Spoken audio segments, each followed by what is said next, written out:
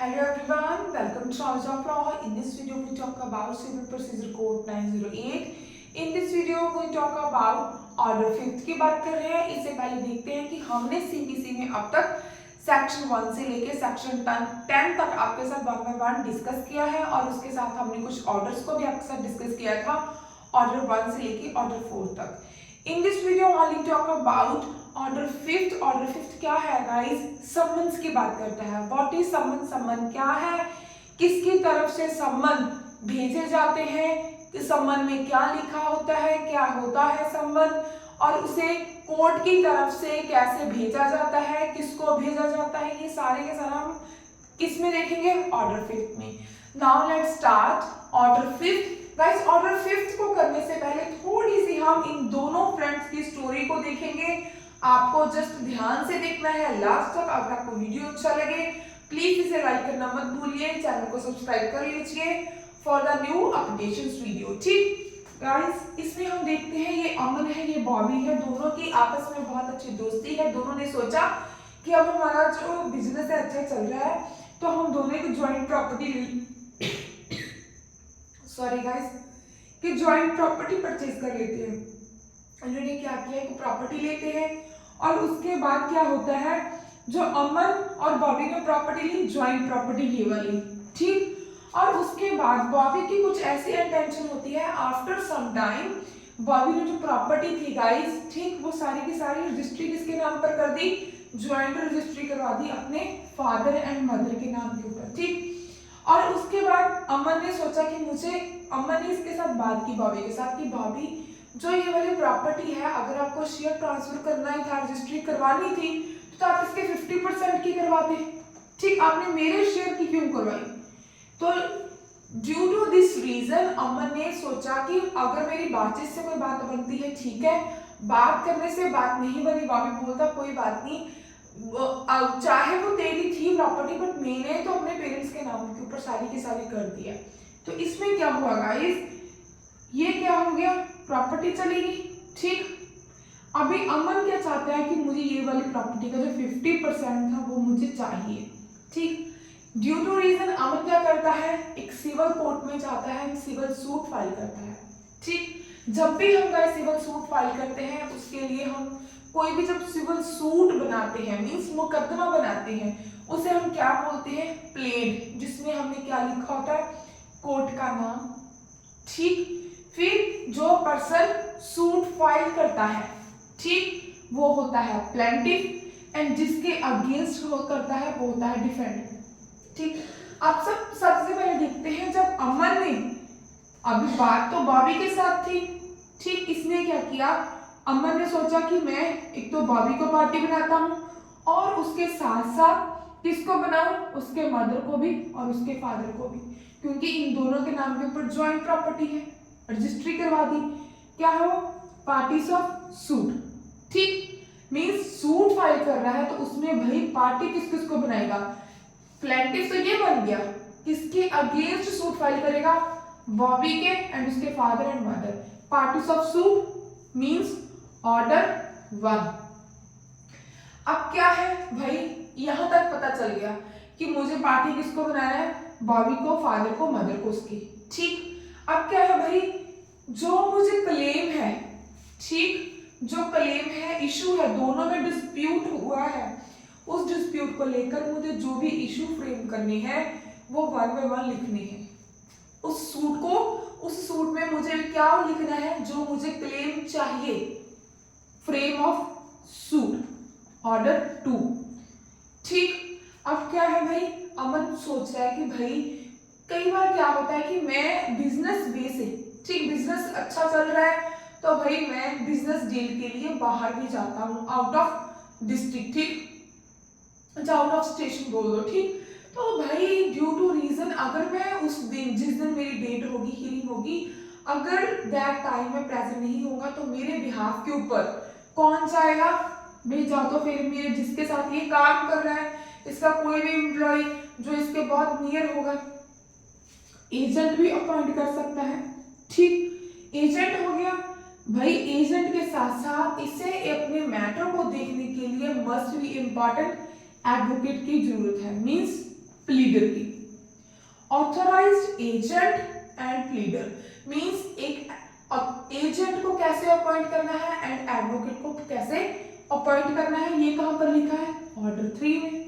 ठीक, अब क्या है भाई, हमने ये सारा प्रोसेस कर लिया, हमें पता चल गया, हमारी क्लेम भी बन गई, हमने जिसको पार्टी बनाना था, जिसके अगेंस्ट सूट फाइल करना था वो भी बन गए, हमारे इशू भी फ्रेम हो गए, हमने एडवोकेट भी अपॉइंट कर लिया, हमने एजेंट भी अपॉइंट कर लिया। जब भी हम एजेंट अपॉइंट करते हैं तब क्या करते हैं गाइस, हम क्या होता है, पावर ऑफ अटॉर्नी, मुख्तियारनामा आम, मुख्तियारनामा खास। ठीक, ये पावर ऑफ अटॉर्नी हम बनाते हैं, तो उसके थ्रू हम किसी को भी अपना एजेंट बना सकते हैं। ये दोनों पार्टीज के ऊपर एप्लीकेबल होता है, एजेंट एंड प्लीडर। ठीक, उसके बाद क्या हो गया, institution, suit institution mean suit file जब करना है, ये क्या है, ऑर्डर 4।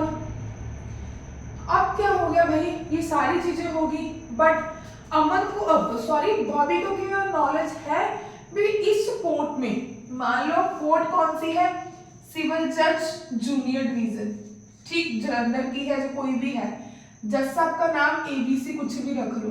ठीक, इसको कैसे पता चलेगा बॉबी को कि मेरे अगेंस्ट अमन ने को सूट फाइल किया है गाइस, तब पता चलेगा जब इस कोर्ट में सूट चला गया आपका, ठीक, ABC वाले कोर्ट में, और इस कोर्ट की तरफ से बॉबी को बुलाया जाता है। इन तीनों को सम्मन होती है, बॉबी को, इसके फादर को और इसके मदर को, तीनों को सम्मन होते हैं कोर्ट की तरफ से कि भाई आप आइए और बताइए कि आपके साथ क्या हुआ है और आप क्या कहना चाहते हैं, जो भी अमन ने इसमें क्लेम मांगा है। यही चीज होती है गाइस कि आपको कोर्ट चांस देती है कि आप कहना क्या चाहते हैं। तो अब क्या हुआ, ये था हमारा सम्मन, ठीक, कि कोर्ट इसे कैसे बुलाएगी, थ्रू दी सम्मन, जो नोटिस किया जाता है। कोर्ट क्या देती है गाइस, एक आपको रिटन फॉर्म में होता है गाइस, ठीक, तो उस डॉक्यूमेंट को जो भी हमारा सम्मन सर्वर होता है उसके द्वारा भेजा जाता है कोर्ट की तरफ से। ठीक, उस पर क्या होता है, मान लीजिए सम्मन है, कोर्ट का नाम लिखा होगा, कोर्ट का नाम, ठीक, फिर क्या होगा, पूरा डेजिग्नेशन, जज साहब की भी, हाँ कौन से जज साहब है, कौन सी कोर्ट है, उसके बाद केस का नाम, सिविल सूट है या कोई भी, ठीक, उसके बाद कौन से ईयर में हुआ है, ठीक, ये उसका नाम हो गया, केस का हो गया, फिर केस का नाम होगा क्या है, अमन वर्सेस बॉबी एंड अदर्स। ठीक, उसके बाद जो भी आपकी एग्जीक्यूशन है कुछ भी है, उसके बाद जो भी जो जाएगा इसमें लिखा होगा कि आपको इस चीज के लिए बुलाया है, मान लो आपको 12 को बुलाया है, फिर कितने बजे बुलाया है, कोर्ट में 10 बजे बुलाया है भाई, ये चीज उसमें लिखी होती है। और इसमें क्या होता है, जज साहब के यहाँ पर ऐसे सिग्नेचर होते हैं, ये सारी की सारी चीजें होती है। ठीक, यहाँ तक आपको इजीली अंडरस्टैंड हो गया हो तो वेल एंड गुड है। अगर do you have any doubt please let me comment in the comment box. अब क्या होता है गाइस, ठीक, अब क्या हो गया, सम्मन की बात कर रहे हैं, सम्मन आपको समझ लग गया सम्मन होता क्या है। ऑर्डर 5 डील करता है सम्मन को, issue and service of summons. यहां पर इन्होंने क्या किया गाइस, इसे 2 पार्ट में डिवाइड किया है, issue of summons and service of summons. Issue of summons और रूल 1 से 8 तक है, सर्विस ऑफ सम्मन रूल 9 to 30 है। In this video only talk about part 1, ठीक, issue of summons rule 1 to 8। Next video में हम बात करेंगे सेकंड पार्ट की, सर्विस ऑफ सम्मन्स की। तो गाइस अगर आपको कोई भी डाउट होता है प्लीज आप हमें कमेंट कर सकते हैं। इसमें हम देखते हैं फर्स्ट रूल क्या बात करता है, सम्मन्स की। सम्मन्स में क्या लिखा जाएगा, इसमें लिखा होगा कि जब भी कोई पर्सन सूट फाइल करता है, इंस्टीट्यूशन हो जाती है, फाइलिंग हो जाती है, उसके बाद कोर्ट क्या करती है गाइस, रिस्पोंडेंट को, डिफेंडेड चाहे डिफेंडेड को सम्मन जाते हैं कोर्ट की तरफ से। ठीक, किसको, डिफेंडेड को, चाहे वो वन है, एक डिफेंडेड है, चाहे वो वन एंड मोर डिफेंडेड्स है, उसको कोर्ट की तरफ से क्या है गाइस समन चाहते हैं, तो उसमें क्या लिखा होता है कि भाई आपको इस तरीके को प्रेजेंट होना है। ठीक, जो हमारा सम्मन है गाइस, जहां पर इसे 3 पार्ट में डिवाइड किया गया है। ठीक, एक ये वाला, ठीक, इसके 3 पार्ट हैं, इसे 3 पार्ट में डिवाइड किया गया है रूल 1 को। ठीक, इसमें क्या है कि डिफेंडेड को सम्मन चाहते हैं कोर्ट की तरफ से, उसमें लिखा होता है कि आपको जो भी ये वाली प्लेंट है इसका, इसमें जो क्लेम किसने मांगा है, अमन ने मांगा है। ठीक, जो प्लेंटिफ ने इसमें क्लेम मांगा है उसकी आके आपको क्या करनी है, रिटन स्टेटमेंट फाइल करनी है विद इन द 30 डेज। ठीक, अगर इसमें क्या है कि प्रोविजन दी गई है, प्रोविजन में क्या बताया गया है कि अगर कोई पर्सन, कौन पर्सन, डिफेंडेड 30 डेज में फेल हो जाता है, ठीक, फेल हो जाता है किस चीज के लिए, रिटन स्टेटमेंट को फाइल करने में, तो अगर वो रीजन देता है कि मेरा ये रीजन था, मैं ड्यू टू रीजन कोर्ट में प्रेजेंट नहीं हो पाया, जब ये रीजन था, इस रीजन के कारण जो मैं ये वाली प्लेंट है इसका रिटन स्टेटमेंट फाइल नहीं कर पाया, तो उसे रिटन फॉर्म में वो चीज बतानी पड़ेगी कोर्ट को, कोर्ट इस चीज को अलाउ करेगी, बट 90 डेज के से ज्यादा लेट नहीं होगा, नॉट लेटर। ठीक, 90 डेज से ज्यादा भाई लेट नहीं होगा। ठीक, अब ये हो गया रूल 1, सब रूल 1। ठीक, इसके रूल 1 सब रूल 2 में क्या बताया गया है, भाई आप कैसे पेश कैसे होगे, एक तो आप भाई खुद भी आप आ सकते हैं इन पर्सन। ठीक, अब फर्स्ट डेट है तो इन्होंने क्या किया, जो सम्मन थे वो लेके जो कोर्ट थी पूछ के वहां पर उसी कोर्ट में चले गए खुद इन पर्सन। ठीक, उसके बाद बात क्या है भाई, किसी वकील को भी अपॉइंट कर सकते हैं। ठीक, ठीक, प्लीडर को। ठीक, ये इसका 1 है, ये इसका 2 है। ठीक, प्लीडर को, जो उस प्लीडर को जो इसका, जिसके पास इस चीज का आंसर हो, उसे पता हो कि उस मुझे रिटन स्टेटमेंट फाइल करनी है। ठीक, फिर फिर प्लीडर के बिहाफ के ऊपर इसका कोई भी एसोसिएट पर्सन, ठीक, वो भी पेश हो सकता है कोर्ट में कि जिसे इस चीज का पता हो कि हाँ मुझे इसका ये वाला रिटन स्टेटमेंट फाइल करना है। ठीक, वैसे वैसे वो चीज इसमें बताई गई है। अब क्या है, इसके रूल 1 में बताया गया है कि जो हमारे जज साहब होते हैं, जो हमारा सम्मन होता है, सॉरी, जो सम्मन होता है वो साइन होता है। ठीक, कौन साइन करता है, जज साहब के साइन होते हैं उसके ऊपर, या फिर कोई भी ऑफिसर जिसे अपॉइंट किया गया हो, ऑफिसर, ठीक, जिसे अपॉइंट किया गया हो, या फिर जज साहब के साइन होते हैं, या किसी ऑफिसर का जो अपॉइंट किया गया हो, उसके बाद क्या होता है, उसको वो सील भी कर देते हैं। ठीक, वो कोर्ट की तरफ से सील होता है। जो भी गाइस इन्वेल्प होता है, मींस जो जिस इन्वेल्प में, मींस हम जैसे कि हमने बोला कि हमारा सम्मन होता है इतना सा, ठीक, उस डॉक्यूमेंट को जिस लिफाफे में डाल के भेजते हैं, जिस इन्वेल्प में भेजते हैं गाइस, उस इन्वेल्प के ऊपर भी गोल तरफ की, गोल ऐसे गोल मोहर लगी होती है, ऐसे इसमें लिखा होता है in the court of so and so, जो भी है जलंधर, ठीक, उसकी कोर्ट की स्टैंप लगी होती है उसके ऊपर। ठीक, ये चीज होती है, ये क्या है हमारा रूल 1। अब भाई ये चीज तो होगी, अब क्या है भाई, उसे ये कैसे पता चलेगा कि कौन से केस में बुलाया है, सिविल मैटर की यहाँ पर बात कर रहे हैं, तो सिविल मैटर में क्या होता है, रूल 2 में जो भी उसकी कॉपी होगी प्लेंट की, कॉपी ऑफ प्लेंट, ठीक, अटैच्ड होगी, अनेक्स्ड यहां पर लिखा है,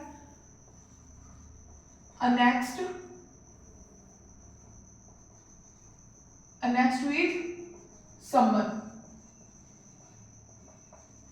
मीन्स जो भी हमारे सम्मन होंगे उसके साथ हमारी प्लेंट की कॉपी अटैच होगी, उसी इन्वेल्प में जाएगी कि पार्टी को पता चल जाए कि मेरे खिलाफ कौन सा सूट फाइल किया गया है। अब क्या है भाई, रूल 3 में क्या बताया गया है कि कोर्ट क्या कर रही है भाई, कोर्ट ऑर्डर कर रही है किसको, डिफेंडेड को, या और नॉट, या जा नहीं बोल रही हूं, कोर्ट क्या कर रही है, ऑर्डर कर रही है डिफेंडेड को और प्लेंटिफ को। ठीक, इसके भी ऑर्डर 3 के 2 पार्ट है। एक में तो बताया गया है डिफेंडेड की बात की गई है। ठीक, इसमें क्या है कि कोर्ट बोल रही है कि आपको, डिफेंडेड को बोल रही है कि आपको इस तरीके को कोर्ट में आना है, क्योंकि भाई इसमें क्या है, कोर्ट ने इन पर्सन पार्टीज को खुद बुलाया है। ठीक, यहाँ है प्लेंटिफ। सेम बात दूसरे इसके रूल 3 सब रूल 1 में और बताया गया है कि डिफेंडेड को कोर्ट बुला रही है, और रूल 3 सब रूल 2 में बताया गया है कि प्लेंटिफ को कोर्ट बुला रही है इन पर्सन कि आपको कोर्ट में आना है क्योंकि केस के बारे में उनको कोई भी डिस्प्यूट, जो भी डिस्प्यूट है उसे सॉल्व करने की बात करनी है। ठीक, कुछ भी, ठीक, कोर्ट बुलाती है भाई। अब क्या है भाई, अब इसके बाद क्या बात हो रही है कि अगर हमारी कोर्ट क्या कर रहे हैं कि जो पार्टीज होती हैं, ठीक, इसमें क्या है गाइस, जो पार्टीज है वो क्या है भाई, रूल 4 में कोर्ट ऑर्डर नहीं करती, कोर्ट ऑर्डर नहीं करती। ये आप एक बार देख लेना, कोर्ट ऑर्डर नहीं करती पार्टी को कि जब तक जो उसकी लिमिट है वो लोकल लिमिट नहीं होती। इसमें भी 2 पार्ट है। ठीक, ऑर्डर 4 के कोर्ट आपको तब ऑर्डर करती है जब आपकी लोकल लिमिट हो, इसे लिख ही देती हूँ, लोकल लिमिट हो यूरिसडिक्शन की, तब कोर्ट आपको इन पर्सन बुलाती है। सेकंड में क्या बताया गया है, इसके रूल 4 सब रूल 2 में इसमें यही बताया गया है कि अगर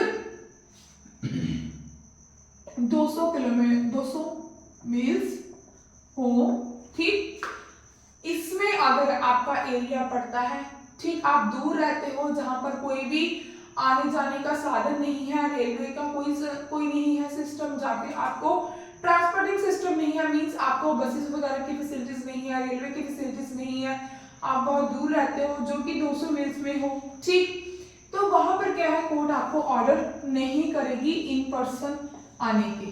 ये था हमारा रूल 4। अब क्या बात हो रही है भाई कि जहां पर कोर्ट को लग रहा है भाई कि क्या होगा, इसमें इश्यू रूल 5, इसमें इश्यू एंड जो भी फाइनल डिस्प्यूट है वो डिस्पोजल हो जाए, तब भी कोर्ट क्या है भाई, आपको बुला सकती है कि भाई आपको आना है, कि आपको फाइनल डिस्प्यूट को सॉर्ट आउट करना है, और कोर्ट सम्मन करती है कि डिफेंडेड को बुलाया जाए। ठीक, क्या करना है, जो हमारा सूट है इसके इश्यू एंड फाइनल डिस्प्यूट को जो भी हमारा सॉर्ट आउट करना होगा वो कोर्ट कर सकती है अगर कोर्ट इससे सेटिस्फाइड होती है। अब भाई रूल 6 को देख लेते हैं, भाई ट्रेन में एक मिनट क्रॉस करने दो।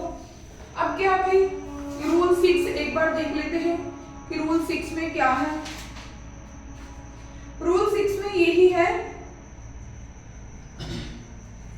रूल 5 में यही चीज थी गाइस, इन दोनों में से चाहे कोर्ट को लगता है कि हमें इश्यू या फिर फाइनल डिस्प्यूट जो सॉर्ट आउट करना है उसके लिए कोर्ट बुला सकती है डिफेंडेड को। रूल 6 क्या था कि fixing day of for appearance of defended,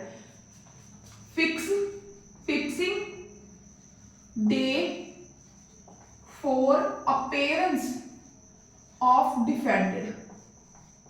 इसमें क्या है कि भाई कोर्ट डिफेंडेड को सम्मन करेगी कि आपको इस डे को फिक्स कर देगी। मान लो कई बार क्या होता है कि जिसमें जैसे कि कोर्ट को लगता है कि भाई कोई भी डिस्प्यूट है वो सॉर्ट आउट होने वाला है, प्लेंटिफ आ गया, प्लेंटिफ को बोलते हैं कि भाई आपका कॉम्प्रोमाइज होने वाला है या ऐसे कुछ, तो वो इजीली मान गया चलो ठीक है जैसे आपको अच्छा लगे। तो कोर्ट क्या करती है कि वो बोलते हैं कि पहले दूसरी पार्टी को, डिफेंडेड को तो पूछा जाए क्या है इसमें। तो कोर्ट क्या करती है, फिर या तो उसके काउंसिल को पूछते हैं या फिर क्या होता है गाइस, उसे पूछ लेते हैं कि हाँ हम ये वाली डेट फिक्स कर देते हैं, कोई भी डेट फिक्स कर देते हैं। भी नेक्स्ट डेट, मान लो आज क्या डेट है, आज है गाइस 11/11, ठीक, तो कोर्ट क्या कर रही है गाइस, 12 डेट फिक्स कर दे रही है कि इस डेट को डिफेंडेड को आना है, तो उस चीज के ऊपर क्या होगी, जो भी डिस्प्यूट है उसके ऊपर अगर कोर्ट को लगता है तो उसके ऊपर कोर्ट क्या बोलेगी, भाई आप इस पर सेटलमेंट कर सकते हो। इसमें सफिशिएंट टाइम बताया जाएगा, अनेबल टू अपीयर, इसमें टाइम भी बताया जाएगा कि आपको कोर्ट में कितने बजे अपीयर होना है, 10 बजे। ठीक, ये रूल 6 में बताया गया है। ठीक, अगर हम रूल 7 की बात करें, इसमें बताया गया है कि जो भी डॉक्यूमेंट्स होते हैं किसके फेवर में, डिफेंडेंट के फेवर में, तो कोर्ट तब भी बोलती है कि भाई आप आइए और जो भी डॉक्यूमेंट्स हैं उसे प्रोड्यूस कीजिए कि जो आपके फेवर में डॉक्यूमेंट्स हैं। ठीक, मींस जो भी डॉक्यूमेंट्स आप कोर्ट में अपने केस के फेवर में लगाना चाहते थे उसको क्या कीजिए, आप कोर्ट में लगाइए। Order 7 sorry guys, rule 7। ठीक, इसमें क्या है गाइस, इसी क्या है, summons to order defendant to produce, summons to order क्या है भाई, defendant to produce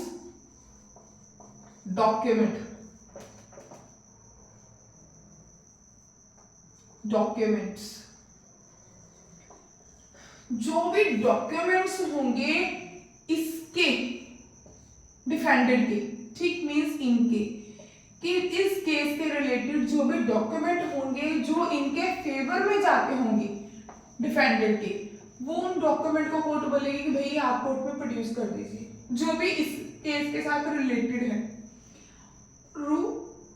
रूल 4 क्या बोलता है, रूल 8 क्या बोलता है कि कोर्ट इस चीज के लिए भी सम्मन करेगी कि जो भी विटनेसेस हैं, ठीक, उसकी भी आप हमें बता दीजिए कि कौन कौन से आपके विटनेसेस हैं जो आप अपने केस में करवाना चाहते हो, ठीक, डिफेंडेंट को, वो भी आप हमें बता दीजिए कि हम हमारे कौन कौन से विटनेसेस हैं। यही चीज थी हमारे गाइस ऑर्डर 5 में। गाइस अगर हम डॉक्यूमेंट की बात करें तो इसमें हमारा ऑर्डर 8 भी है जिसका रूल 1A बात करता है, जो हम आगे देखेंगे। ठीक, वो भी बात करता है कि डॉक्यूमेंट प्रोड्यूसिंग की, ठीक, कि डॉक्यूमेंट प्रोड्यूस कैसे करने हैं। डॉक्यूमेंट का भी राइज ये होता है कि जो भी आपका सिविल मैटर होता है उसके साथ जो भी आपके रिक्वायर्ड डॉक्यूमेंट है कोर्ट उसके भी समन भेजती है कि अगर आपके पास आपके जो भी सूट रिलेटेड डॉक्यूमेंट्स है उसे आप कोर्ट में पेश कीजिए। ठीक, और इस 8 यही है कि कोर्ट बोलती है कि फाइनल डिस्पोजल करना है, कोर्ट डायरेक्शन देती है कि आपको जो भी आपके विटनेसेस है उसे भी आप कोर्ट में पेश कीजिए। ये देखिए, where the summon for the final disposal of the suit it shall also direct the defendant to produce on the day fixed his appearance witnesses upon the evidence he attempt to rely on spot of his case. इसमें यही बोला गया है कि court order 5th rule 8 में यही बोला गया है कि कोर्ट इस चीज को भी बोलती है कि सम्मान करती है कि अगर आपके जो भी विटनेसेस हैं जो आप अपने केस में एक एज ए एविडेंस पेश करने वाले थे, जहाँ जो भी विटनेसेस आप अपने साथ गवाह लेकर आने वाले थे उसको भी सम्मान करते हैं कि आप अपने कोर्ट में साथ लेकर आइए, तो आपको बताइए कि आपको कौन कौन से अपने केस में विटनेस करवाने हैं कि जो आपके सूट के लिए, आपके मैटर के लिए सफिशिएंट हो। This is a rule 8। यहाँ तक हो गया हमारा पार्ट 1 ऑर्डर 5th का। गाइस अगर आपको हमारी वीडियोस अच्छी लगे प्लीज इसे लाइक कीजिए, शेयर कीजिए, चैनल को सब्सक्राइब कीजिए। आगे भी हम आपके साथ और भी वीडियोस लेके आएंगे। गाइस अगर आपको हमारे एफर्ट्स अच्छे लगते हैं प्लीज भाई इसे लाइक कीजिए, शेयर कीजिए और गाइस हमें नीचे कमेंट में बताइए कि आपको हमारी वीडियोस कैसी लगी। Thanks for watching.